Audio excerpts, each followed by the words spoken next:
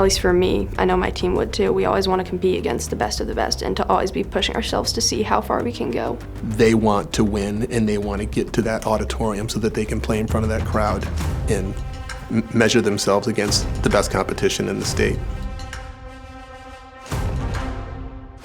It'd be cool to have our name on a banner for the state athletics, just something to leave behind.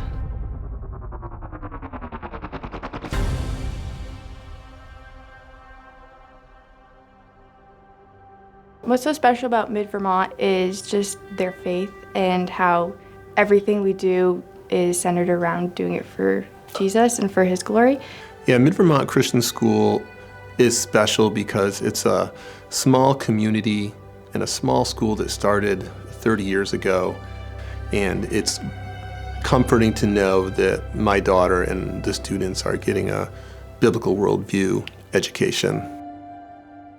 No school or student should be banned from playing athletics because they followed their religious beliefs, but that's exactly what happened in Vermont. In 2023, the girls' basketball team for the Mid Vermont Christian School was ready for playoffs. But when they got there, they found out that they were playing against a male athlete who identified as female. They could not compete in this particular game because it would sacrifice those beliefs. It would make them express a message in their actions that violated their deepest convictions. So once we found out that our girls' team was seeded to play against a team who had a male athlete on it in the state playoffs, our school had a decision to make. Were we going to play that game and just say that, hey, girls are boys and boys are girls, or are we going to stand up for our the biblical values and the Christian worldview that we do have and say that, you know, this isn't right and that boys should not be playing on girls' teams. So once we did that, make that decision to forfeit the game, that is when the State Athletic Association kicked us out of all athletic competition in the state. And that doesn't just include girls basketball, but our entire basketball program, our volleyball programs, our track programs, our cross-country programs. And now, for 2 years and counting, these girls and their entire school have been kicked out of the league and unable to participate in athletic competitions with the State Athletic Association.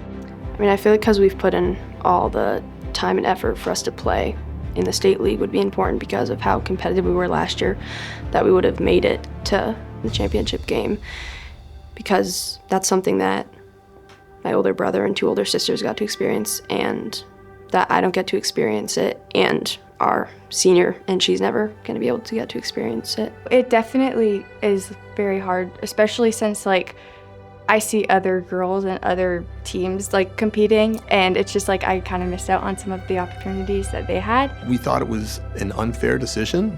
We thought it was punitive. I thought the punishment was pretty drastic.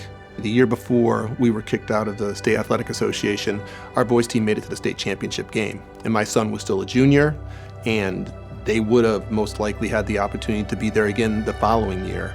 So they missed out on that opportunity. Our girls team as well. We were good enough this year to be at least in the Vermont semifinals, if not the state championship game. Kicking them out of the State Athletic Association, kicking all athletics out of competition because they followed their religious convictions, violates the Constitution and all of these girls' rights. This fight really isn't something that we searched out so that we can get involved in it. It kind of came to us, but we felt like it was important enough that our Christian worldview kind of required us to step through that door and go against it and stand up for what we believe in.